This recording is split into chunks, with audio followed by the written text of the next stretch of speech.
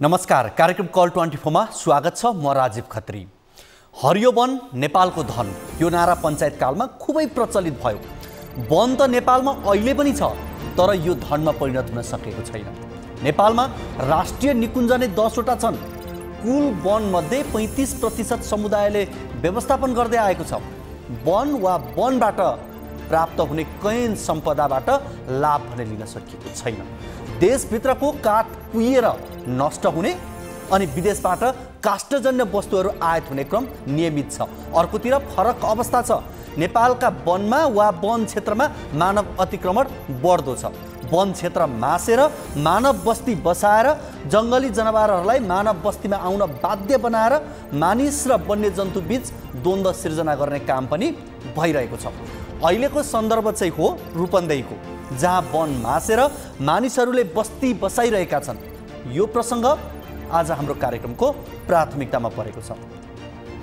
रानी जमरा कुलरिया सिँचाइ आयोजना सुरु भएको 12 वर्ष भयो, तर हालसम्म 51% मात्रै भौतिक प्रगति भएको छ। सिस्टास आयोजना सुरु भएको 18 वर्ष भयो, अझै पनि निर्माण पुरा हुन सकेको छैन। नेपालमा कृषिको अवस्था बुझाउन यी दुई उदाहरण पर्याप्त छन्। कृषिका लागि चाहिने सबैभन्दा महत्त्वपूर्ण सिँचाइ सुविधा नै हो। त्यही सिँचाइमा राज्य खेलबाड गर्छ भने नेपालको कृषिले कसरी गति लिन सक्छ? छिमेकी मुलुक चीन र भारतले कृषिमा ठुलो फड्को मारिसकेको छ। हाम्रो देशमा उर्वर जमिन जलस्रोत हुँदाहुँदै पनि कृषिजन्य वस्तु आयात गरेर उपभोग गर्नुपर्ने बाध्यता छ। कृषिका लागि चाहिने पूर्वाधारको विकास राज्यले गरिदिने हो भने नेपाली कृषक पनि प्रतिस्पर्धात्मक रूपमा फसल उत्पादन गर्न सक्छन्। तर धेरैजसो सिँचाइ आयोजना नै समस्या बन्ने गरेको छ र समयमा पुरा हुँदैन। कैलालीको झरझरिया सिँचाइ आयोजनाको स्थिति यस्तै छ। यो प्रसङ्ग पनि आज हाम्रो कार्यक्रमको प्राथमिकतामा परेको छ। विकास गर्ने नाउँमा प्रकृतिसँग खेलबाड गरियो वा प्राकृतिक अवस्थालाई जताभावी उलटपुलट गर्न खोजियो भने तत्कालका लागि त केही विकास भए चाहिँ देखिन्छ, तर दीर्घकालीन रूपमा त्यसले दुर्गति नै निम्त्याउँछ। प्रकृतिलाई नै चुनौती दिँदै मान्छेले पर्यावरण बिगार्ने गरी अनेक प्रकारका उद्योग खोलेका छन्। वातावरणलाई हानि हुने गरी सीएफसी को उत्सर्जन पर्यावरण प्रभावित भइसकेको छ। पृथ्वीकै तापक्रम वृद्धि हुँदै गएको छ। यो त विश्वको पर्यावरणीय पक्षको कुरा भयो, तर स्थानीय स्तरमा पनि प्राकृतिक रूपमा स्वरूप बिगार्ने गरी विकास निर्माणका कार्यहरू गरियो भने त्यसको कुप्रभाव केही समयमा देखिन्छ।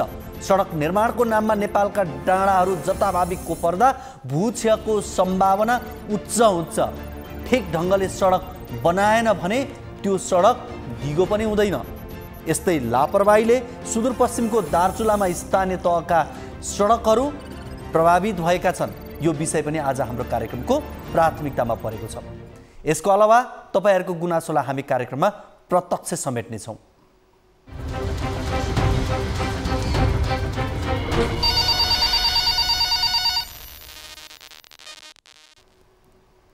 दर्शकवृन्द, तपाईको कुनै पनि समस्या, गुनासो, जिज्ञासा, अभिव्यक्तिहरू छन् भने कार्यक्रममा फोन गर्न सक्नुहुनेछ।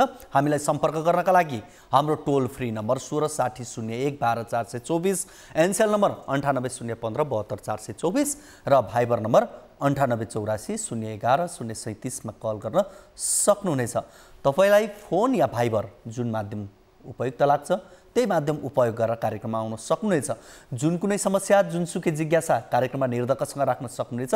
हामीले यस्तै किसिमको समस्या जिज्ञासा राख्नुपर्छ कार्यक्रममा भनेर भनेका छैनौँ। यहाँहरूले कार्यक्रममा आफ्ना समस्या राख्न सक्नुहुन्छ। कार्यक्रम कल 24 मा हामी ठुला राजनीतिक विषयवस्तुमा कुरा गर्दैनौँ। आम नागरिकका समस्यासँग केन्द्रित रहेर कुराकानी गर्छौँ र तपाईँले अहिले फोन गर्नुभयो भने तपाईँले राख्नुभएको समस्यासँग केन्द्रित रहेर हामी सम्बन्धित क्षेत्र, सम्बन्धित व्यक्ति, सम्बन्धित संस्था, सरकारवाला पक्षसँग रहेर हामी जवाब खोज्ने प्रयास पनि गर्छौँ। तपाईँ फोन कल गर्दै गर्नुहोला। कार्यक्रममा यति बेला भने लागौँ पहिलो रिपोर्टतर्फ। रामेछापको मन्थली नगरपालिका 1 मा निर्माणाधीन मन्थली अस्पतालको भवन अलपत्र परेको छ। अस्पताल निर्माणको ठेक्का पाएको निर्माण कम्पनी कालवा लाप्सोक मेन्दोजेवी लामो समयदेखि सम्पर्कविहीन बनेपछि निर्माण कार्य अलपत्र परेको। 2079 पुससम्ममा अस्पताल निर्माण सम्पन्न गर्ने लक्ष्य राखिएको थियो, तर डिपिसी र पिल्लरका लागि रड मात्रै उठाएर निर्माण कम्पनी 50 दिनदेखि बेपत्ता छ। रामेछापबाट टिभी जर्नलिस्ट अनिता थापा मगरले पठाएको यो रिपोर्ट हेरौँ।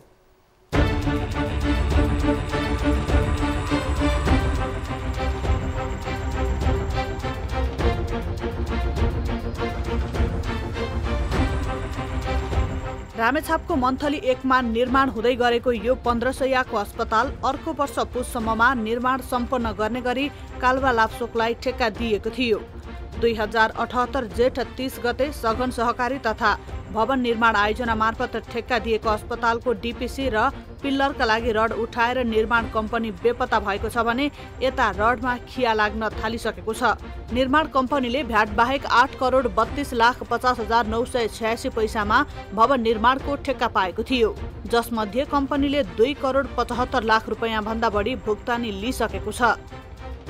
2 महिनादेखि चाहिँ अर्कै तल कामै नभएको, कामै अवरुद्ध भएर रोकिरहेको देखेको छ र अस्पतालमा चाहिँ धेरै नै मार्का परेको छ। अब यो भवन जति सक्दो छिटो भवन बन्यो भने चाहिँ हामीले यहाँको सामानहरू, यहाँको सिस्टमहरूलाई चाहिँ यहाँको ओपिडीहरू, त्यसपछि आएर प्रसुति सेवाहरू सबै तल सार्न सकिन्थ्यो। त्यही भएर जति सक्दो चाहिँ तलको भवन चाहिँ निर्माण भएदेखि चाहिँ अझै राम्रो हुन्छ। 8 महिनादेखि निर्माण कार्यमा खटिएका मजदुरले काम गरे बापत ज्याला समेत पाएका छैनन्। ज्याला नपाएपछि मजदुर घर जान सकेका छैनन्। त्यस्तै मजदुरलाई खानको लागि पनि समस्या भइसकेको छ। समस्या हामीलाई एकदमै धेरै छ। अब यहाँ बसेर खाना पनि पाएको छैन 41 दिनदेखि। अब रासन ल्याउने ठाउँमा पनि बन्द गरिदिइहाल्नु भयो। अब यहाँ गोपालसाले बन्द गरिदिनु भयो, रासन पनि छैन। कति दिन अस्ति त भोकेकै थियो, आज भोलि कहिले काहीँ काम गर्छ, आफै ल्याउँछ, कहिले खाइहाल्छु। अनि यहाँ हामी काम रोकिएको 41 दिन भइसक्यो। पैसा अब 6-7 महिना भयो, एक पैसा पनि पाएको छैन। मङ्सिरदेखि आएर काम गरेको, अहिलेसम्म पैसा पनि पाइएको छैन। ठेकेदारहरू कन्ट्याक्ट दिन भन्नुभएको छ होइन। र हाम्रो भनौँ न रासन पानी दिने ठाउँमा पनि बन्द गरिदिएको छ। खाना लाउनलाई नि गाह्रो भइरहेको छ होइन। 40 दिनसम्म काम पनि गर्नु पाइएन। आफूसँग न साथमा 1 रुपियाँ छ। ठेकेदारहरूले यस्तोरी बिचली बनाएर हिँड्नु भएको नि। मजदुरलाई पारिश्रमिक नदिएको मात्रै होइन, निर्माण व्यवसायीहरूले होटेलमा खाएको र बसेको पैसा समेत तिरेका छैनन्। निर्माण स्थल आसपासका होटेल व्यवसायीहरूले 3,50,000 देखि 8 लाख भन्दा बढी रकम निर्माण कम्पनीसँग लिन बाँकी रहेको बताए। अब ठुलो ठेकेदार कहाँ हो के हो आजसम्म सम्पर्कमा छैन। सबै एउटा ठेकेदारले यहाँ 120 जना सम्मलाई चाहिँ एकदम दुःख पारेर, दुःख समयमा पारेर राखेको छ। मङ्सिरको 10 गतेदेखि खाएको अहिलेसम्म 1 पैसा 4 पैसा नै हामीले पाएको छैन। मेरो होटेलमा चाहिँ 3,50,000 भएको छ। काम तत्काल सुचारू गर्न शहरी सघन तथा भवन निर्माण आयोजना रामेछापले निर्माण व्यवसायीहरूलाई पटक पटक पत्राचार गरिसक्दा समेत अटेर गरेको जनाएको छ। निर्माण कम्पनी नै सम्पर्कविहीन भएपछि सम्पर्क गर्ने प्रयास भइरहेको मन्थली नगरपालिकाले जनाएको छ। कन्स्ट्रक्सन हुन्छ, आज हुन्छ, भोलि हुन्छ भनेर चाहिँ भन्दा भन्दै झन् यही चाहिँ सबभन्दा स्लो गतिमा यो गएको छ। यो विषयमा हामीले पनि खोजी गरिरहेका छौँ। सम्बन्धित बजेट निकासा गर्ने सरकारवाला मन्त्रालय, स्वास्थ्य जनसङ्ख्या मन्त्रालय र सघन शहरी तथा भवन निर्माण आयोजनासँगको पनि कन्ट्याक्टमा हामी रहिरहेका छौँ।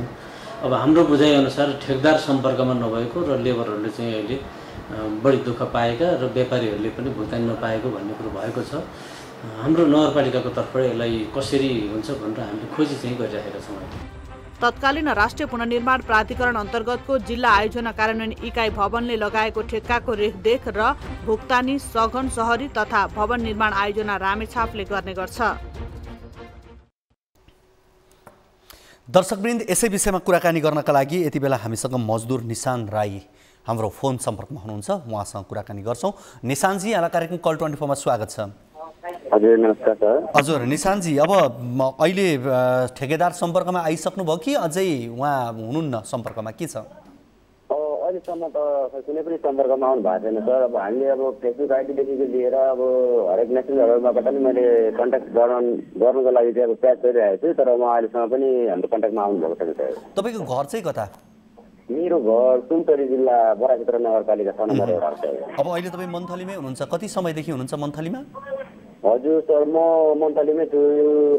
अब मङ्सिरदेखिको अहिलेसम्म बसि नै रहेको छु। अब यहाँ हामी भनेको अहिले भनेको 10-11 जना मात्रै छौँ अहिले सर। अब पहिले भनेको चाहिँ हामी थुप्रैजना थियौँ, अहिले चाहिँ भनेको। अनि तपाईँहरू अहिले कसरी खाने बस्ने कसरी गरिरहनु भएको छ, के छ? अब खाना बस्नको लागि भनेको सर अब हामीले भनेको अब सानोतिनो कामहरू बाहिर फेर कामहरू खोज्दै अनि कामहरू गर्दै खाने मेलो मात्रै गरिरहेको हुन्छ। अब बस्नको लागि भनेको त अब हामीले हाम्रो ठेकदारले नै अब बनाइदिएको एउटा सानो कटेरो छ, त्यसैमा बसिरहेका छौँ। अब ग्यासहरू पनि छैन, ग्यासको पनि अब सुविधा छैन हामीसँग भनेको त्यो दाउराबाटै अब खानाहरू बनाएर खाने त्यस्तै छ सर हाम्रो चाहिँ। अनि दिनभरि अब काम छैन, के गरेर बस्नुहुन्छ, के गरिरहनु भएको छ? हजुर अब काम छैन सर, त्यही त हामी अब ठेकदारकै खोजीमा नै छौँ सर। अब ठेकदारहरूलाई कतै रहेछ सम्पर्कमा ल्याउने, कन्ट्र्याक्टमा ल्याउने भन्ने अब त्यही मात्रै छ सर। अब गइरहेको छौँ, साथीहरूले अब बाहिर फेर सानोतिनो कामहरू गर्नुहुन्छ अनि त्यो रासनहरू चामलहरू लिएर आउनुहुन्छ, त्यसरी नै अब पकाउने खाने त्यही हो सर। अब कति महिनादेखिको पैसा लिन बाँकी छ तपाईँहरूको? हजुर सर, हाम्रो मङ्सिरदेखिको मङ्सिर 14 गतेदेखि लगातार जेठ 28 गतेसम्म हामीले काम गरेको छ। अनि त्यतिभित्रको अहिलेसम्म पनि कसैले पनि 1 रुपियाँ पनि पाएको छैन सर। यो ठेकेदार कम्पनी कहाँको, काठमाडौँकै हो कि मन्थलीकै हो, रामेछापकै हो? मेन कन्ट्राक्टर भनेको चाहिँ यहाँ मन्थलीकै अब रामेछाप जिल्लाकै हुँदो रहेछ। अनि त्यसै गरी हामी चाहिँ पेटी ठेकदार मार्फत काम गरेको। पेटी ठेकदारको चाहिँ घर भनेको उहाँको जन्म भनेको चाहिँ पाँचौँ जिल्ला हो। अनि त्यसै उहाँ अहिले हाल भनेको काठमाडौँ सरस्वती नगरमा बस्नुहुन्छ। उहाँ लजित प्रसाद राई उहाँको नाम चाहिँ। अनि उहाँ पनि अब हाम्रो सम्पर्कमा हुनुहुन्न, सम्पर्कबाट बाहिर नै रहिरहनु भएको छ। यहाँ काठमाडौँ कपन सरस्वती नगरमा? हजुर हजुर सर। ए उहाँ बस्नुहुन्छ। अनि अब अहिले तपाईँलाई खाना बस्न समस्या भइसक्यो, होटलमा पैसा पनि धेरै पुगेको रहेछ, व्यापारीहरूले पनि भनिरहनु भएको छ तिर्न बाँकी नै रहेछ है? हजुर सर, अब हामीलाई भनेको अब 2100 रुपियाँ पैसा आउँछ भनेर यहाँको होटल व्यवसायीहरूले पनि अब ठुलो सहयोग गर्नु त भएको थियो। अब हामीले भने चाहिँ उधारो खाने अब 1-2जनाले खाएको होइन सर। अब 70-80जनाले अब हामीले काम गरे हो। अब काम गर्दै अब उधारो त दिनुभयो, अब के गर्ने, अहिलेसम्म त अब खेलिराख्नु भएको थियो। अब उहाँहरू पनि एकदम पीडित हुनुहुन्छ, त्यही भएर अब उहाँहरूसँग हामीलाई पनि उधारो माग्नको लागि पनि अब लाचामर्दो भइसकेको छ। अनि त्यही भएर बाहिर फेर सामान्य कामहरू, यसो नानीहरू छोड्ने हरेक कामहरू गर्दै अनि अलिअलि पैसा ल्याउने, रासनहरू ल्याउने, खाने त्यही गरिकन बसिरहेको छ। तपाईँहरू दुःख गरेर खाने मान्छेलाई लाज भइसक्यो, तर एउटा ठेकेदार कम्पनी चाहिँ भागेर लाज पचाइरहेको छ है, एउटातर्फ काम गर्नुपर्ने। अब यो पुससम्ममा काम सक्नुपर्ने भनेर भनिएको रहेछ। पुससम्ममा त तपाईँहरूले अब काम सुरु गर्नु हो भने नि के सकिएला र सकिन्छ र? काम सक्नको लागि त अब भर्खर डिबिसी मात्रै अब भइरहेको छ। अब जे भए पनि हार कामहरू चाहिँ अब सकिसकेको छ। अब त सजिलो कामहरू खै अब ठेकेदार कम्पनी पनि अब भागिरहेको भएर अब काम कसरी हामीले अगाडि बढाउने भन्ने अब सामान पनि छैन। अनि अब यहाँ कम्पनी काम गर्ने हाम्रो कुनै अब पाटो नै भएन सर। अनि अब खानु बस्नको लागि त अब एकदमै हामी अब गाह्रो भइरहेको छ। त्यही भएर ठेकेदारको नाम के हो? हाम्रो मेन ठेकदार भनेको चाहिँ बद्री खड्का, उहाँ भने गालवा लालशिव महेन्द्र देवीबाट उहाँ सञ्चालक। अनि त्यस पछाडि हामी पेटी ठेकदार भनेको पेटी ठेकदार मार्फत काम गऱ्यो भनेको चाहिँ उहाँ भनेको जङ्गे भनेर प्रायः चिनिन्छ उहाँलाई चाहिँ। हजुर। उहाँको चाहिँ खास नाम भनेको चाहिँ ललित प्रसाद राई हो सर। ए अनि ठेकेदार मेन चाहिँ बद्री थापा? हजुर, बद्री खड्का मेन। ए बद्री खड्का? हजुर हजुर सर। हजुर। अनि पेटी ठेकदार भनेको चाहिँ ललित प्रसाद राई, उहाँ चाहिँ 5 स्टार घर, उहाँको चाहिँ 5 स्टार घर हो। हाल चाहिँ उहाँ काठमाडौँ प्राइभेटमा बस्नुहुन्छ सरस्वती नगरमा। ठिक छ, अब तपाईँसँग हामीले कुराकानी गऱ्यौँ निशानजी। अब हामी पनि अब यो विषयलाई हामीले यहाँ प्रसारण गरेका छौँ। धेरैको अब तपाईँ मजदुरहरू जति हुनुहुन्छ तपाईँहरूको पनि अलिकति केही समस्या भएको हामीले बुझेका छौँ। त्यसै गरी स्थानीय व्यापारीहरूको पनि अब सानोतिनो व्यापार व्यवसाय गरेर सञ्चालन गरेका व्यक्तिहरूको पनि ठुलो रकम फसेको छ होइन? हजुर हजुर सर, एकदमै हो सर।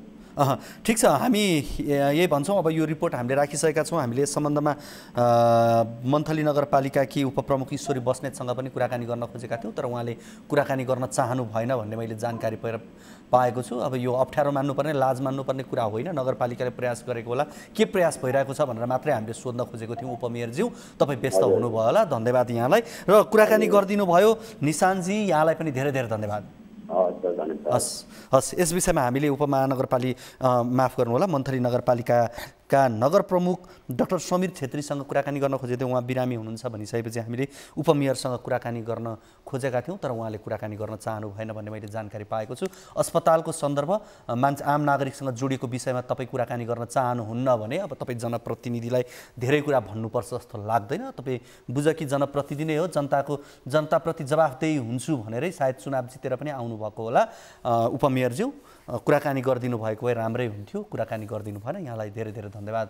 अब लागौँ, यो हामीले रिपोर्ट राखेको थियौँ, यो रामेछापको मन्थली 1 मा निर्माण हुँदै गरेको यो 15 शैय्याको अस्पताल अर्को वर्ष आउने यो 69 पुससम्ममा निर्माण सम्पन्न हुने गर्ने काम भएको थियो, तर हुन सकेन। यो सन्दर्भको रिपोर्ट हामीले यहाँहरू बीच राखेका हौँ। अब लागौँ अर्को रिपोर्टतर्फ।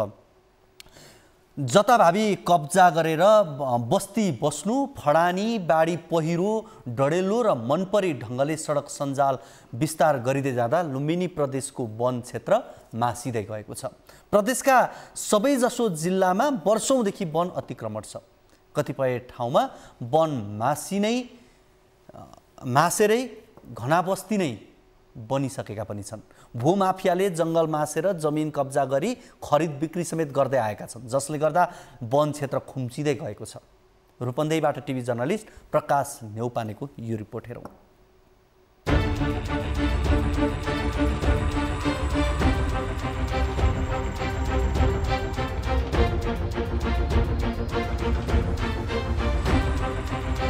लुम्बिनी प्रदेशको स्थायी राजधानी दाङको राप्ती उपत्यकाको भालुवाङ वन क्षेत्रमा पर्छ। वर्षौंदेखि यहाँ अतिक्रमण छ। वन मासेरै यहाँ ठुल्ठुला घर टहरा ठड्याइएका छन्।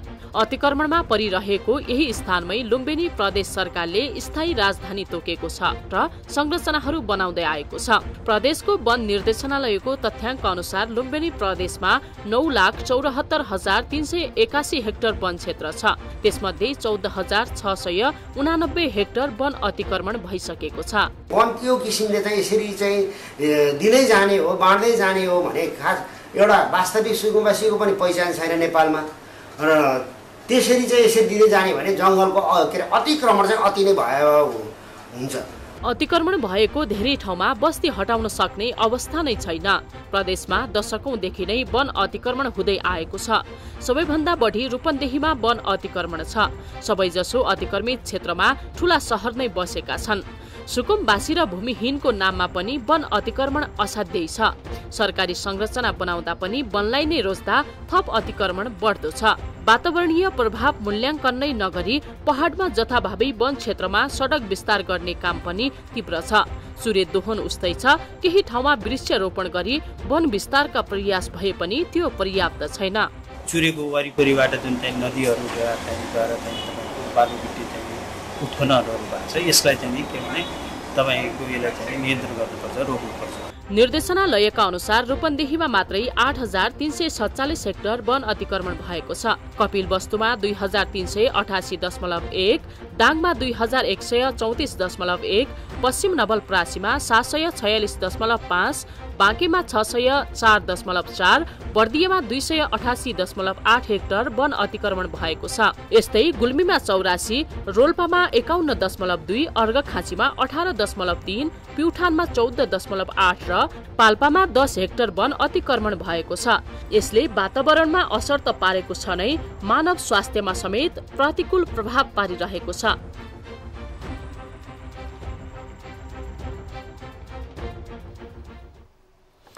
दर्शकवृन्द, यसै विषयमा कुराकानी गर्नका लागि यति बेला हामीसँग वातावरण बचाउ अभियानका अभियन्ता नारायण प्रसाद सापकोटा हाम्रो फोन सम्पर्कमा हुनुहुन्छ। उहाँसँग कुराकानी गर्छौँ। नारायणजी, यहाँलाई कार्यक्रम कल 24 मा स्वागत छ। धन्यवाद। हजुर, अब यो लुम्बिनी प्रदेशको स्थायी राजधानी दाङको राप्ती उपत्यका यो भालुवाङ क्षेत्रमा अब यो राजधानी राख्ने भनेर भनिएको छ। वर्षौंदेखि अब यहाँ अतिक्रमण पनि छ। त्यसैमाथि अब वन मासेर यहाँ ठुल्ठुला घर टहरा उठाइएका पनि छन्। सुदूरपश्चिम विशेष गरी लुम्बिनी प्रदेशकै सन्दर्भमा कुराकानी गर्ने हो भने समग्र लुम्बिनी प्रदेशमा वन फडानीको अवस्था पनि नाजुक नै देखिएको छ। यहाँ वातावरण बचाउ अभियन्ता भएका कारणले यी समग्र अवस्थालाई कसरी हेर्नुभएको छ? यो वास्तवमा चाहिँ के भने वन मासेर चाहिँ त्यो राजधानी बनाउनु भन्दा चाहिँ तपाईँको खाली ठाउँमै चाहिँ के भनेदेखि तपाईँको यो राजधानी बनाउनु उपयुक्त हुन्थ्यो। जहाँसम्म चाहिँ वनको चाहिँ विनाशको कुराहरू गर्नुभएको छ, मैले त यो हामीले यो वनको यो विनाशलाई रोक्नुपर्छ र यो चाहिँ नदी नालाहरू प्रकृतिले यस्तो किया छ कि लुम्बिनी प्रदेशमा यहाँ नदी नदीहरू छ र यो नदीको जुन एउटा कटान समस्या पनि छ र यो कटान समस्यालाई पनि चाहिँ के भनेदेखि तपाईँको चाहिँ रोक्न सकिने त्यस कारणले बाँस र बेतहरूको वृक्षारोपण गर्नु पर्यो भनेर हामीले चाहिँ स्थानीय सरकारलाई या चाहिँ तपाईँको प्रदेश सरकारलाई धेरै पहिलादेखि आवाज उठाउँदै आएको हो र त्यसपछि अहिलेसम्म त्यतातिर चाहिँ के भने सरकारको ध्यान आकर्षण चाहिँ हुन सकेका चाहिँ छैन र उल्टो चाहिँ सरकारले चाहिँ जङ्गल चाहिँ मास्ने चाहिँ कामहरू गरेका छ जङ्गल चाहिँ बढाउनु भन्दा मास्ने काम गरेका छ र त्यसपछि अब कतिपय के भने साथीहरू के भन्नुहुन्छ भनेदेखि होइन तपाईँको हाम्रो जङ्गलको चाहिँ के भने त्यति नोक्सान भएको छैन हाम्रो चाहिँ यो स्थिति हामी भरे बराबरमै छौँ भन्ने खालको पनि उहाँहरूले चाहिँ के भनिदिएको छ अरू हुन्छ तपाईँ हामीसँग लाइनमै बस्नु होला यति बेला हामीसँग वन वातावरण तथा भू संरक्षण मन्त्रालयका मन्त्री सुरेन्द्र हमाल हाम्रो फोन सम्पर्कमा हुनुहुन्छ उहाँसँग हामी कुराकानी गर्छौँ मन्त्रीज्यू यहाँलाई कार्यक्रम कल 24 मा स्वागत छ हजुर अब यो समग्र लुम्बिनी प्रदेशको वनको कुरा गर्ने हो भने 14,689 हेक्टर वन अतिक्रमण भएको देखिन्छ प्रदेशमा कुल 9,74,381 हेक्टर वन क्षेत्र रहेकोमा यति ठुलो क्षेत्र चाहिँ अतिक्रमणमा परेको देखिएको छ पछिल्लो रेकर्ड अनुसार पनि यो वन अतिक्रमण रोक्नका लागि प्रदेश सरकारको तर्फबाट भएका प्रयासहरू अहिलेसम्म के कस्ता छन् मन्त्रीज्यू अहिले हामीले आर्थिक वर्षमा हामीले विषयमा काम गरेका छौँ मन्त्रालयसँग जिल्लामा भएका जुन कार्यका प्रमुखहरू मुताबकसँग हामीले सल्लाह गरेर अहिले बर्दियाको त्यसपछि रहेको कपिलवस्तु वन अतिक्रमणहरू अहिले हामीले चाहिँ धेरै रोक्न सक्छौँ अरू जिल्लाहरूमा पनि भएका छन् यता पाल्पातिर भएका छन् निर्माण भएका घरहरू पनि पाल्पामा भत्काइएको छ त्यहाँको स्थानीय प्रशासनसँग सम्पर्क गरेर त्यो कामहरू पनि भएको छ अहिले त्यो काममा चाहिँ नै मन्त्रालय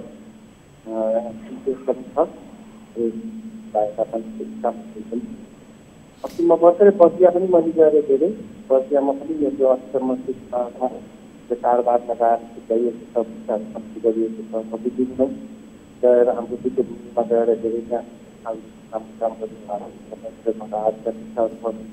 गरेर आयो त्यसपछि सौलियामा पनि म आफैले गएर हेरेको सौलियाको अवस्था साह्रै स्थानीय प्रशासन मन्त्रीज्यू समग्रमा हेऱ्यो भनेदेखि प्रदेशमा रूपन्देहीमा सबैभन्दा बढी वन अतिक्रमण भएको देखिन्छ जहाँ 8,347 हेक्टर वन अहिलेसम्म अतिक्रमण भएको पछिल्लो तथ्याङ्कले पनि देखाएको छ त्यसै गरी तपाईँले भनेअनुसार कपिलवस्तु लगायत यो बाँके बर्दिया यी लगायत गुल्मी रोल्पा अर्घाखाँची प्युठान पाल्पा यी सबै क्षेत्रहरूमा वन अतिक्रमण उल्लेख्य मात्रामा भएको देखिन्छ अब यो राजनीतिक रूपमा पनि हेऱ्यो भने कहीँ यो कतै यो दाउपेचको रूपमा देखिन्छ सुकुम्बासीका नाममा या गरिबहरूका नाममा भनेर वन नै अतिक्रमण गरेर दिने हुँदा पछिल्लो समय त अब यहाँहरूले प्रदेश राजधानी तोकेको ठाउँ पनि वन क्षेत्र नै परेको छ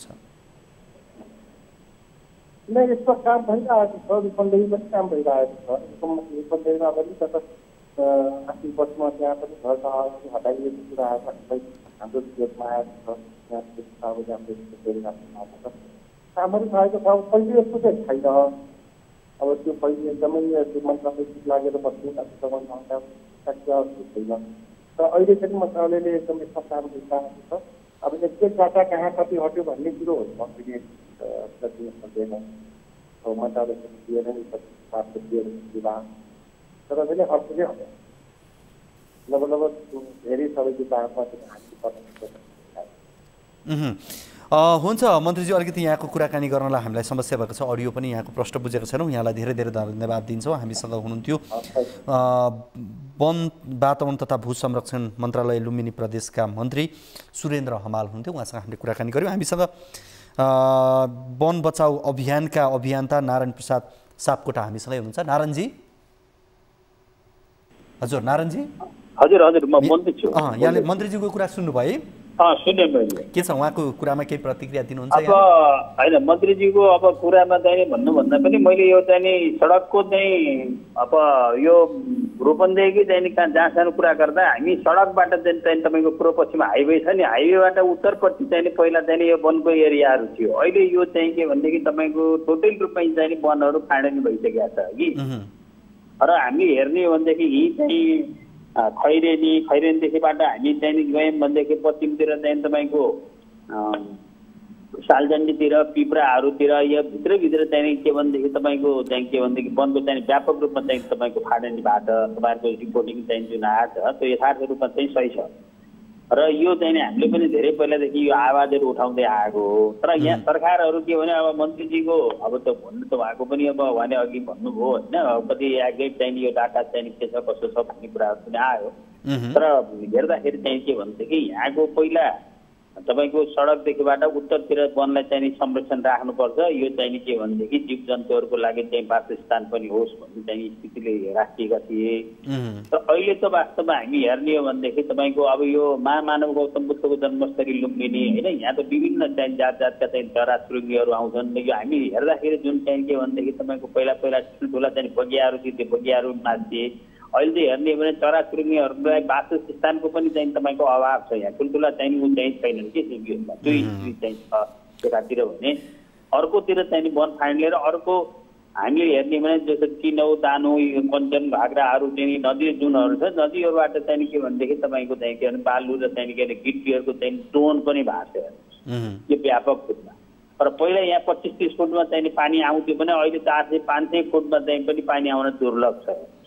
एकातिर हामीले नदी कटानको चाहिँ समस्या छँदैछ, नदीलाई हामीले दोहन गरिरहेका छौँ। अर्कोतिर वृक्षारोपणको पनि चाहिँ के भनेदेखि दिन प्रतिदिन चाहिँ कटानको समस्या बढ्दो छ र चाहिँ के भनेदेखि उसले गर्दाखेरि पानीको पनि यहाँ चाहिँ हामीले यही रूपले चाहिँ हामी बेलैमा सचेत हुन सकेन भनेदेखि चाहिँ तपाईँको भोलि चाहिँ के भने ड्रिङ्किङ वाटरको पनि चाहिँ समस्या चाहिँ तीव्र रूपमा चाहिँ आउने स्थिति छ। पहिले 500 नारायणजी कुराकानी गरिदिनु भयो, यहाँलाई धेरै धेरै धन्यवाद। हामीसँग हुनुहुन्थ्यो वातावरण बचाउ अभियानका अभियन्ता नारायण प्रसाद सापकोटा रूपन्देहीबाट हुनुहुन्थ्यो र हामीले अतिक्रमणमा परिरहेको स्थानमै लुम्बिनी प्रदेश सरकारले स्थायी राजधानी समेत तोकेको र संरचनाहरू बनाउँदै गरेको प्रसङ्ग पनि राख्यौँ र प्रदेशको वन निर्देशनाको तथ्याङ्क अनुसार हेर्ने हो भने लुम्बिनी प्रदेशमा 9,74,381 हेक्टर वन क्षेत्र छ। त्यसमध्ये 14,689 हेक्टर वन अतिक्रमण भइसकेको छ। यो प्रसङ्गको रिपोर्ट राखेसँगै हामीले सम्बन्धित व्यक्तिहरूसँग पनि कुराकानी गऱ्यौँ। अब लागौँ अर्को रिपोर्टतर्फ। सुदूरपश्चिम प्रदेशको हिमाली जिल्ला दार्चुलामा बर्खा लागेसँगै स्थानीय सडकहरू भत्किने क्रम बढ्दो रूपमा रहेको छ। 9वटा स्थानीय तह रहेको दार्चुला जिल्लाका सबैजसो पालिकाहरूमा सङ्घीयताको कार्यान्वयन सँगसँगै विकास निर्माणका कामहरू पनि अगाडि बढिरहेका छन्, जसमा सबै पालिकाहरूले सडक निर्माण कार्यलाई प्राथमिकता दिइराखेका छन्, त्यसतर्फ अगाडि बढिरहेका छन्। तर जति जति नयाँ नयाँ सडक त्यति नै बाढी पहिरोको जोखिम बढेको छ। दार्चुलाबाट टिभी जर्नलिस्ट हरिप्रसाद जोशीको यो रिपोर्ट हेरौँ।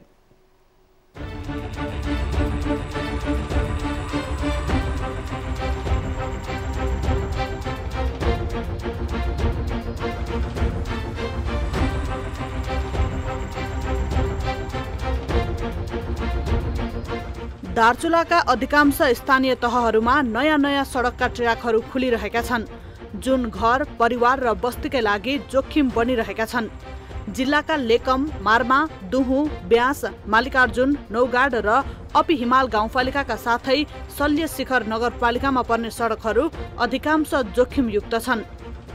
हिउँदको समयमा वर्षा धेरै परेको हुनाले ठाउँ ठाउँमा रोडहरू चाहिँ अवरुद्ध भइराखेको छन्। त्यस्तो चाहिँ रोड सफा गर्नुको लागि जीसीबीको पनि त्यति व्यवस्था छैन। त्यसकारणले ठाउँ ठाउँमा पहिरोहरू गइराखेको छ, घर भत्किने सम्भावना बढी भइराखेको छ र खाद्यान्न बोक्नुको लागि समेत मानिसहरूलाई नोक्सान यो धेरै अप्ठ्यारो भइराखेको छ। यसै सन्दर्भमा चाहिँ खेतबारीहरूमा भइराखेको जुन खेत यो बालीनाली छ त्यो पनि नोक्सान धेरै गरिराखेको छ र पहाडहरू अथवा चाहिँ जमिन सम्पूर्ण भाँसिएको छ। यस कारण यो समयमा स्थानीय तह आउँदाखेरि पनि हामीलाई फाइदाभन्दा बेफाइदा चाहिँ बढी भइराखेको छ र धेरै ठाउँहरूमा विकास त भइराखेको छ, तर नामको मात्रै विकास छ, विकास राम्ररी हुन सकेको छैन। मुख्य बजार जाने पैदल बाटो समेत नभएकाले घरेलु सामान किन्न टाढा टाढा जानु परेको छ। त्यहाँ पनि बजार मूल्यभन्दा भाडाका कारण बढी मूल्य तिर्नुपर्छ। विकास निर्माण सँगसँगै विनाश पनि निम्तिएको छ। सडकहरू निर्माण हुँदाहुँदै पनि बाढी पहिरो यो इत्यादि कुराहरू पनि धेरै विकास हुनका साथै विनाश पनि भइरहेको छ। विकास निर्माण सँगसँगै विनाशका पीडाहरू पनि बल्झिने गरेको छ। जतिसुकै राम्रो डिजाइन तयार गरेको भए पनि सडक निर्माण गरिरहेको स्थानमा पहिलो बर्खामा ठूलो क्षति बेहोर्नु पर्ने बाध्यता छ। यो क्रम दोस्रो तेस्रो वर्ष भने कम हुँदै जाने गरेको छ। पानीले गर्दाखेरि पानी व्यवस्थापन अब गर्दा पनि पानी व्यवस्थापन पूर्ण रूपमा हुन नसकेका कारणले गर्दाखेरि सडकहरू भत्किएर अनि तपाईँको यो अहिले यो स्थानीय तहको सडक भत्किँदाखेरि हाम्रो कुकी सडकबाट आउने गाडी पनि बन्द भएको अनि यता अर्चना धनथला सडकमा अर्चनाबाट आउने गाडी पनि बन्द भएको कारणले गर्दाखेरि हाम्रो यो अहिले जनजीवनमा अलिक कष्टकरै बनेको छ भन्छ। खास गरी हाम्रो अब यो बर्सातको समयमा मात्र हो सडक अवरुद्ध हुने देखिएको चाहिँ यहाँ अब धेरै जसो पहिला अब 3-4 वर्ष अगाडि काटेका सडकहरू त खासै भत्किएको अवस्था देखिँदैन। अब नयाँ कटिङहरू जो नयाँ ट्र्याकहरू खनेको छ तिनीहरू चाहिँ यो पानीका कारणले बर्खाका कारणले गर्दाखेरि भत्केर बाटो अवरुद्ध भएको। आवश्यकताको आधारमा सडकहरू निर्माण हुनु स्वाभाविक हो, तर मापदण्ड विपरीत र आवश्यकता भन्दा बढी सडक निर्माणको कार्यले स्थानीय बस्तीहरू जोखिममा परेको देखिन्छ। तसर्थ सम्बन्धित निकायको बेलैमा ध्यान पुग्न जरुरी छ। दर्शकवृन्द, दार्चुला जिल्लाका अधिकांश स्थानीय तहहरूमा नयाँ सडकका ट्र्याकहरू खुलिरहेका छन् जुन घर परिवार र बस्तीकै लागि जोखिम बनिरहेको छ। जिल्लाका लेकम, मार्मा, दुहु, ब्यास, त्यसैगरी मालिका जुन, नौगाड र अपी हिमाल गाउँपालिकाका साथै यतापट्टि एउटा नगरपालिका जुन शैलेश शिखर रहेको छ त्यो नगरपालिकाका सडकहरू अधिकांश जोखिमयुक्त छन् र मुख्य बजार जाने पैदल बाटो समेत नभएर यात्रुहरू सामान किन्नलाई टाढा टाढा पुग्नुपर्ने अवस्था बनेको छ। यस विषयमा कुराकानी गर्नका लागि यति बेला हामीसँग प्रमुख जिल्ला अधिकारी दार्चुलाबाट दीर्घराज उपाध्याय हाम्रो फोन सम्पर्कमा जोडिनु भएको छ। उहाँसँग कुराकानी गर्छौँ। प्रमुख जिल्ला अधिकारीज्यू, यहाँलाई कार्यक्रम कल 24 मा स्वागत छ। धन्यवाद, नमस्कार। हजुर, अब यो जिल्लाका समग्र अवस्थालाई हेर्ने हो भने विकासका नाममा विनाश भएको देखिन्छ। पालिकाहरूले सडकका नाममा पहाड कोपर्दा जताभावी अवैज्ञानिक रूपले यो पहाड कोपर्ने काम जारी राख्दाखेरि यसले पारेका प्रभाव बस्तीहरू जोखिममा परेको हरेक वर्ष देखिन्छ। यसलाई नियन्त्रण गर्नका लागि सक्नुपर्ने या सकिने अवस्था थिएन के छ? अब रोड बाटो बनाउने विषय चाहिँ नियन्त्रण गर्ने भन्दा पनि व्यवस्थित गर्ने हो। त्यसलाई सकेसम्म क्षति कम हुने गरी बनाउनु पर्ने हुन्छ। विकासलाई रोक्ने भन्ने कुरो त भएन। होइन, मैले यहाँ विकासलाई रोक्ने भन्दा पनि व्यवस्थित गर्ने नै मैले कुरा, यो जुन अवैज्ञानिक बाटो बनाउने कुरालाई चाहिँ रोक्ने भन्न खोजेको मैले। हजुर, किनभने अब हरेक पब्लिकको हरेक नागरिकको के अपेक्षा हुन्छ भने सकेसम्म आफ्नै घरसम्म बाटो पुगिदियोस् भन्ने उहाँहरूको चाहना हुन्छ होइन। हजुर, अहिले अब स्थानीय सरकारहरू पनि गठन भएका छन् र उहाँहरू नजिकको सरकार र उहाँहरू भन्न सक्ने अवस्थामा भए हुनाले नागरिकको प्रत्यक्ष सम्पर्क, एकदम दिनहुँ सम्पर्क त्यहाँको स्थानीय सरकार अथवा स्थानीय जनप्रतिनिधिसँग हुने भए हुनाले उहाँहरूको त्यो दबाब रहन्छ आफ्नो ठाउँसम्म बाटो पुर्याउनका लागि। तथापि यहाँहरूले भन्नुभएको जस्तो, पृष्ठभूमिमा भन्नुभएको जस्तो के छ भने अब सबै ठाउँमा खनिएका बाटाहरू एक खालको अध्ययन बिनै अथवा त्यसले कति क्षति पार्छ त्यो आकलन बिनै खनिएको कारणले अलिकति डोजरको पनि तपाईँको डोजर प्रयोग गर्दाखेरि पनि त्यसको उपयुक्तता नहेरेर त्यसरी खनिएको कारणले चाहिँ अलिक बढी नै क्षति हुन्छ यो बर्खायाममा चाहिँ। र बाटो एकातिर त्यसले चाहिँ क्षति निम्त्याउँछ, स्थानीयहरूको पनि अब घर जग्गा जोखिमयुक्त हुन्छ भने अर्कोतिर चाहिँ बाटो पनि बन्द भएर आवाजाही पनि समस्या हुन्छ। अब यो साझा समस्या हो खासमा। हजुर, अब यो बर्खा सुरु भइसकेको छ। बाटो खनेको पहिलो वर्ष करिब पहिरो जाने लगभग क्षति गराउने हरेक वर्ष जस्तो हुने गरेको छ। दोस्रो तेस्रो वर्षदेखि केही कम हुँदै गएको पनि देखिएको छ। अब यो वर्ष यसरी बाटो एकातर्फ खनिएको छ, बर्खा लागिसकेको छ, प्राकृतिक प्रकोपका घटनाहरू बढ्न सक्ने सम्भावना छन्। यहाँहरू कतिको चनाखो हुनुहुन्छ यो विषयमा? हामी त्यो विषय चाहिँ चनाखो छौँ। खासमा अब हामीले के छ भने त्यो बाटो खनेको कारणले त्यहाँ वरिपरि अहिले हुन चाहिँ के पनि भएको त्यसो तपाईँले भन्नुभएको जस्तै त्यो सडक खनेको ठाउँमा नै अलिक बढी जोखिमयुक्त र पहिरो जाने सम्भावना गएको अवस्था देखिन्छ। त्यो भए हुनाले त्यो खनिएको बाटोमा चाहिँ ग्याबिन वाल लगाउने अथवा त्यसले कम क्षति हुने व्यवस्था गर्ने भनेर हामीले अरू सरकारवाला निकायलाई पनि त्यो तरिकाले भनिरहेका छौँ। र स्थानीय तहहरूसँग पनि हामीले के अनुरोध गरिरहेका छौँ भने अब सम्भावित जोखिमयुक्त बस्तीमा सकेसम्म त्यहाँको माटो हेरेर त्यहाँको उपयुक्तता हेरेर मात्रै बाटो बनाउनु पर्यो। र अब अहिले पनि अब बर्खायाममा पनि सकेसम्म अब सबैलाई सतर्क हुन र अलिकति सुरक्षित तरिकाले मात्रै आवाजाही र त्यसरी बाटोको व्यवस्थापन गर्नु पर्यो भनेर हामीले भनिरहेका पनि छौँ। र सकेसम्म हाम्रो तर्फबाट अहिले विगतको विशेष गरी विगत सकेसम्म विपद नहोस् र भइहाले पनि कमभन्दा कम एकदम न्यून क्षति होस् भन्ने तरिकाले नै हाम्रा सबै गतिविधिहरू अहिले त्यहाँ विपद केन्द्रित नै हुन्छन्। र विपद भन्दा पनि हाम्रो दार्चुलामा त्यो विपद मध्ये पनि अझ बढी पहिरोको सम्भावना बढी हुन्छ होइन। हजुर, त्यो पहिरोबाट धेरै ठुलो क्षति हुन्छ, धनजनको क्षति हुन्छ, घरहरूको घरहरू मा नोक्सान हुने, भोलि त्यहाँ बस्ने ठाउँ नहुने, ती सबै खालको अवस्था हुन्छ। त्यो सबै कुरोलाई हामीले नजिकबाट हेरेर एकदम त्यो खालको प्लानिङ गरिरहेका हुन्छौँ। हस्, कुराकानी गरिदिनु भयो, यहाँलाई धेरै धेरै धन्यवाद। हस्, यहाँलाई धन्यवाद। हामीसँग हुनुहुन्थ्यो दार्चुलाबाट प्रमुख जिल्ला अधिकारी दीर्घराज उपाध्याय हुनुहुन्थ्यो। उहाँसँग हामीले यो अनियन्त्रित तरिकाले खनिएका बाटो र यसले पार्न सक्ने प्रभाव, बर्खा लागेसँगै हरेक वर्ष प्राकृतिक विपदका घटनाहरू हुँदा यसरी अवैज्ञानिक तवरले खनिएका बाटोहरू, यी जुन निर्माणका कामहरू छन्, यसले ठुलो क्षति गराउने गरेको छ र यसैसँग सम्बन्धित भएर उहाँसँग कुराकानी गरेका हौँ। अब भने कार्यक्रममा लागौँ अर्को रिपोर्टतर्फ।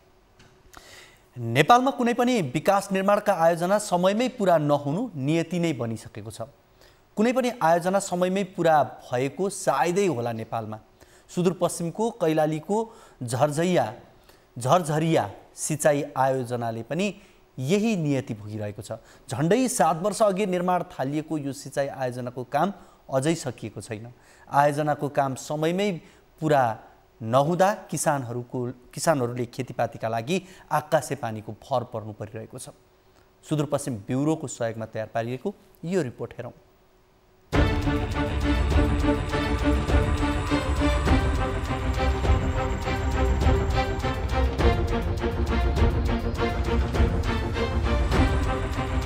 कैलालीको बर्दगोरिया गाउँपालिका वडा नम्बर 4 मा 200 हेक्टर जमिनमा सिंचाइ सुविधा पुर्याउने उद्देश्यले 7 वर्ष अघि सुरु गरिएको झरझरिया सिंचाइ आयोजना अहिलेसम्म पनि सम्पन्न हुन सकेको छैन।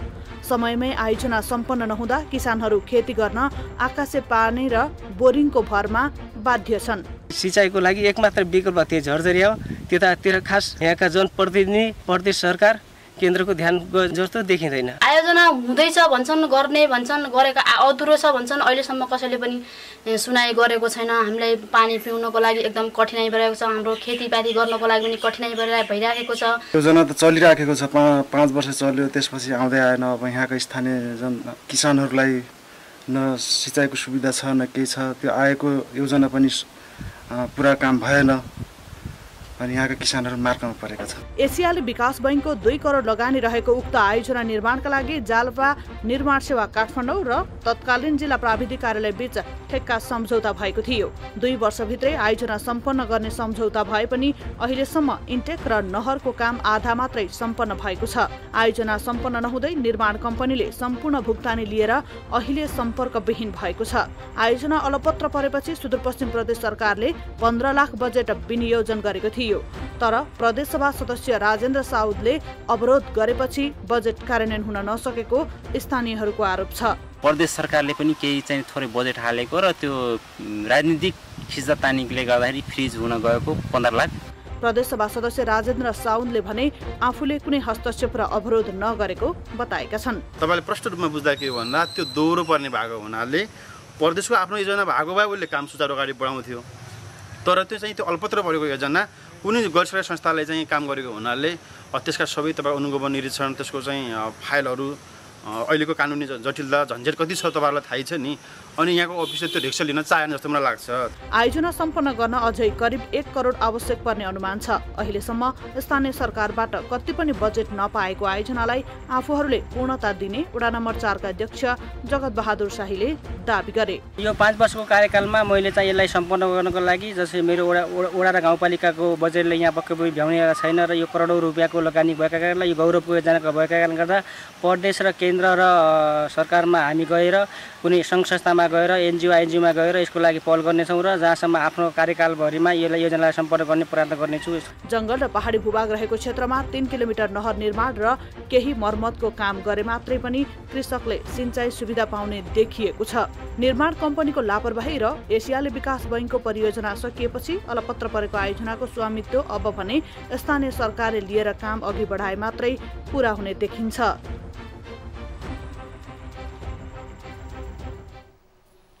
दर्शकवृन्द, यसै विषयमा कुराकानी गर्नका लागि हामीसँग बर्दगोरिया गाउँपालिका 4 का वडा अध्यक्ष जगत बहादुर साई हाम्रो फोन सम्पर्कमा हुनुहुन्छ। उहाँसँग कुराकानी गर्छौँ। वडा अध्यक्षज्यू, यहाँलाई कार्यक्रम कल 24 मा स्वागत छ। धन्यवाद सर, सम्पूर्णमा नमस्कार। हजुर, अब यो झरझरिया सिँचाइ आयोजना झरझरिया सिँचाइ आयोजना निर्माण भइसक्नुपर्ने कहिलेसम्ममा थियो? सुरुवात चाहिँ यो पञ्चायती कालदेखि नै सुरु भएको र समयका बासिन्दाहरूले 12 वर्ष 8 वर्ष 7 वर्ष पनि उहाँले आफ्नो व्यक्तिगत खर्च गरेर आफ्नो आफैले श्रमदान गरेर पहिला सूचना भएको र पछि पञ्चायत कालभन्दा पछि चाहिँ त्यो कार्यक्रमहरू बिचमा बिथोलिएको र यो 7 वर्ष अगाडिबाट पुनः सञ्चालन आएको र 3 देखि 3.5 किलोमिटरसम्म काम भएको र बिचको चाहिँ भाग हुन बाँकी रहेको छ अहिले। अब यो झरझरियाको नाम बेचेर धेरैले चुनाव पनि जिते होला है अहिलेसम्म? झरझरियाको विषयमा चाहिँ यसको बारेमा चाहिँ खासै त्यो कुराहरू चाहिँ जनताले भुलिसक्नु भएको छ र यो कुरा चाहिँ अहिलेसम्म आएको थिएन। अब हामी आइसकेपछि चाहिँ त्यो रोकेको कामलाई चाहिँ अगाडि बढाउनुपर्छ भन्ने पहल गर्दैछौँ हामी। त्यसको लागि चाहिँ यो काम समयमा अहिलेसम्म नसक्नुको कारण के हो जस्तो लाग्छ यहाँलाई? के हो खास? सुन्नमा आउँदै गर्दा हामीहरू चाहिँ अनुमोदन गरेपछि बुझ्दै गर्दा के हो भन्दाखेरि ठेकेदारले चाहिँ काम नगरेको अवस्था, टेन्डर भइसकेपछि उहाँले चाहिँ काम नगरेको र आधा काम गरेको र अलि पहाडी भूभागमा चाहिँ भूभाग भएको कारणले गर्दा उहाँलाई फाइदा नहुने भइसकेपछि उहाँले काम गर्न रोकीमा आएको भन्ने कुरा छ। र प्रदेश सरकारबाट पनि 15 लाख रुपियाँ विनियोजन भएको र राजनीतिक खिचातानी र आफ्ना भागभण्डाको आधारमा पैसा नपाएको खण्डमा अथवा के विषयले गर्दा चाहिँ 15 लाख रुपियाँ चाहिँ प्रदेश सरकारले पठाएको रुपियाँ चाहिँ त्यो फ्रिज भएको अवस्था छ सर यहाँ। अब यो ठेकेदारलाई कारबाही नै गर्न नसक्ने, ठेकेदारलाई आएर तिमी काम नै गर, तिमीले काम सक्नुपर्छ भनेर भन्न नसक्ने ठेकेदार चाहिँ अलि ठुलै पावरवालै परे कि के हो? यो विषयमा चाहिँ हाम्रो झरझरिया उपभोक्ता समितिको परियोजनाको अध्यक्ष विष्णु चौधरीज्यूले पहल गर्नु पर्थ्यो र त्यहाँको कार्य समितिले त्यो उहाँले गर्नु पर्थ्यो। त्यो कुराहरू किन गर्नु भएन त्यसको बारे हामी बुझ्छौँ र आगामी त्यसको लागि चाहिँ वडा नम्बर 4 वासीहरूले सिँचाइका लागि हामीले के गर्नुपर्छ वडाबाट गर्ने पहल चाहिँ गरेर 5 वर्षको आफ्नो कार्यकालमा चाहिँ त्यसलाई आफ्नो वडावासीहरूलाई पानीको पहुँचसम्म पुर्याउन सक्यो भने चाहिँ राम्रो हुन्छ। त्यसलाई हामी पहल गर्नेछौँ सर। अहिलेसम्म अब कति खर्च भयो भने चाहिँ यो काम सकिने रहेछ? अनुमानित 1 देखि 1.5 करोडको बिचमा पैसा खर्च भएपछि अनि झरझरियाको मेन मुहानदेखि पुरानो तालसम्मको इलाकासम्म पुग्नेछ र त्यसपछि 5 किलोमिटर तल गाउँघरतिर जानको लागि चाहिँ त्यसको लागि चाहिँ अब 2-3 करोड लगभग 3.5 देखि 4 करोड रुपियाँ लाग्न सक्ने अनुमानित छ अहिले। अब यसको लागि त वडाको बजेटले त नधान्ला? वडाको बजेटले धान्दैन र केन्द्र र प्रदेशमा गएर हामी पहल गर्नेछौँ त्यसको लागि। अनि प्रदेश सभाका सदस्य राजेन्द्र साउदले नै अवरोध गरेको भनेर पनि आरोप लगाएको रहेछन्। के हो यो विषय चाहिँ खास? यस विषयमा त मैले खासै बुझेको छैन। चाहिँ उहाँले चाहिँ अब झरझरिया सिँचाइ परियोजनाको अध्यक्षज्यूले चाहिँ भनेअनुसार उहाँले चाहिँ राजनीतिक खिचातानीका कारण चाहिँ यो काम रोकिएको छ भनिसकेपछि मैले चाहिँ अब राजनीतिक खिचातानी अब हुँदैन, हामी जितिसकेपछि निष्पक्ष रूपमा हामीले गर्नुपर्ने सहयोग गर्छौँ, तपाईँ चाहिँ अगाडि प्रोसेस बढाउनुहोस्, हामीले सहयोग गर्ने कुराहरू जहाँ गएर हुन्छ, मन्त्रालय गएर हुन्छ, गाउँपालिकाबाट हुन्छ, वडाबाट हुन्छ, प्रदेश सरकारबाट र कुनै संस्थाबाट पनि हामी सहयोग गरेर अब यहाँभन्दा अगाडि राजनीतिक खिचातानी भए तापनि हाम्रो कार्यकालमा चाहिँ राजनीतिक खिचातानी हुँदैन, निष्पक्ष रूपमा काम गर्नुपर्छ भनेर उहाँलाई सल्लाह दिएर अब गर्छु भनेर अगाडि बढ्नु भएको छ र हामी पनि त्यसको लागि पहल गर्दैछौँ सर। अब यो परियोजना पुरा भयो भने कति जनता लाभान्वित हुन्छन्? यो योजना पुरा भयो भने 900 घर टुरी र अनि लगभग 300 हेक्टरमा चाहिँ सिँचाइ राम्रो हुन्छ र यहाँका वडा नम्बर 4 का बासिन्दाहरूले लाभ पाउँछन् सर। अहिले चाहिँ आकाशे पानीमै पूर्ण रूपमा भर पर्नुपर्ने अवस्था हो? एकदम सर, आकाशे पानी सँगसँगै अब नदीको अनि बोरिङको अवस्था पनि बोरिङ पनि सुकिरहेको अवस्था हुन्छ। त्यसलाई एकदम गाह्रो अवस्था यहाँ किसानहरूले समयमै पानी पाइदिएको भए त्यो सिँचाइ सुचारू गर्न सकिएको भए किसानहरूले सही समयमा हिउँदे बालीदेखि लिएर बर्खा बालीदेखि लिएर सबै तरकारी बालीहरू लगाउन सक्नुहुन्थ्यो र सिँचाइको अभाव हुन्थेन। अहिले चाहिँ एकदम वडा नम्बर 4 मा एकदम सिँचाइको अभाव रहेको छ सर। हस्, यहाँले कुराकानी गरिदिनु भयो, यहाँलाई धेरै धेरै धन्यवाद। धन्यवाद सर, तपाईँले पनि मेरो कुरा राख्ने मौका दिनुभयो। तपाईँलाई न्युज 24लाई धेरै धेरै धन्यवाद चाहन्छु। आगामी दिनहरू पनि यस्ता कार्यक्रमहरू हाम्रो वडामा छन् र त्यस्ता कुनै भएको छन् यस्तो निष्पक्ष रूपमा तपाईँ यस्ता न्युजहरू बजाइदिनु होला र सम्बन्धित ठाउँमा पुर्याइदिनु होला। धन्यवाद सर। हस्, धन्यवाद। हामीसँग हुनुहुन्थ्यो बर्दगुरिया गाउँपालिका 4 का वडा अध्यक्ष जगतबहादुर साई हुनुहुन्थ्यो, उहाँसँग हामीले कुराकानी गऱ्यौँ। विशेष गरी यो झरझरिया सिँचाइ आयोजनाको सन्दर्भमा रहेर कुराकानी गऱ्यौँ। यो लामो समयदेखि यो सिँचाइ आयोजना करिब झन्डै 7 वर्षदेखि निर्माण थालिएको सिँचाइ आयोजनाको काम सकिएको छैन। कैलालीको यो बर्दगुरिया गाउँपालिका वडा नम्बर 4 मा 200 हेक्टर जमिनमा सिँचाइ सुविधा पुर्याउने उद्देश्यले 7 वर्ष अगाडि सुरु गरिएको हो यो सिँचाइ आयोजना अहिलेसम्म सम्पन्न हुन सकेको छैन। समयमै आयोजना सम्पन्न नहुँदा किसानहरू खेती गर्न आकाशे पानी र बोरिङको भरमा सिँचाइ गर्न बाध्य छन्। एसियाली विकास ब्याङ्कको 2 करोड लगानी रहेको भनिएको उक्त आयोजना निर्माणका लागि जालबा निर्माण सेवा काठमाडौँ र तत्कालीन जिल्ला प्राविधिक कार्यालय बीच ठेक्का सम्झौता भएको थियो। 2 वर्षभित्रै आयोजना सम्पन्न गर्ने सम्झौता भए पनि अहिलेसम्म इन्टेक र नहरको काम आधा मात्रै सम्पन्न भएको छ। आयोजना सम्पन्न नहुँदै निर्माण कम्पनीले सम्पूर्ण भुक्तानी लिएर अहिले सम्पर्कविहीन भएको छ। यो पनि भगौडा निर्माण कम्पनी नै परेछ। आयोजना अलपत्र परेपछि सुदूरपश्चिम प्रदेश सरकारले 15 लाख बजेट विनियोजन गरेको थियो, तर प्रदेश सभा सदस्य राजेन्द्र साहुले अवरोध गरेको र गरेपछि बजेट कार्यान्वयन हुन सकेन भनेर स्थानीयले आरोप लगाएका छन्। तर खैर उहाँले यो विषयमा आफ्नो स्पष्टीकरण पनि रिपोर्टमा दिनुभएको छ। उहाँको बाइट पनि हामीले राखिसकेका छौँ। हामीले यो प्रसङ्ग यहाँहरू बीच राख्यौँ। कार्यक्रम कल 24 छौँ र आजको कार्यक्रमको करिब हामी अब अन्तिम तर्फै छौँ र यहाँहरूलाई आज हामी तपाईँ दर्शकहरूसँग हामी फोन कल लिन सक्दैनौँ, तर हामीलाई फोन गर्न भने सक्नुहुन्छ। यो कार्यक्रम अवधिमा फोन लागेन भने पनि केही छैन, अन्य समयमा यहाँहरूले फोन गरेर आफ्नो समस्या टिपाउन सक्नुहुनेछ। टोल फ्री नम्बर 1660 01 12 424, त्यसै गरी एनसेल नम्बर 98 015 72 424 र भाइबर नम्बर 98 84 011 037 जुन स्क्रिनमा यहाँहरूले नम्बर देखिरहनु भएको छ। यी नम्बरहरूमा फोन गरेर पनि समस्या राख्न सक्नुहुनेछ। आजको कार्यक्रमको निर्धारित समय सकिसकेको छ। यहाँ बिदा दिनुहोस्। हवस् त, नमस्ते।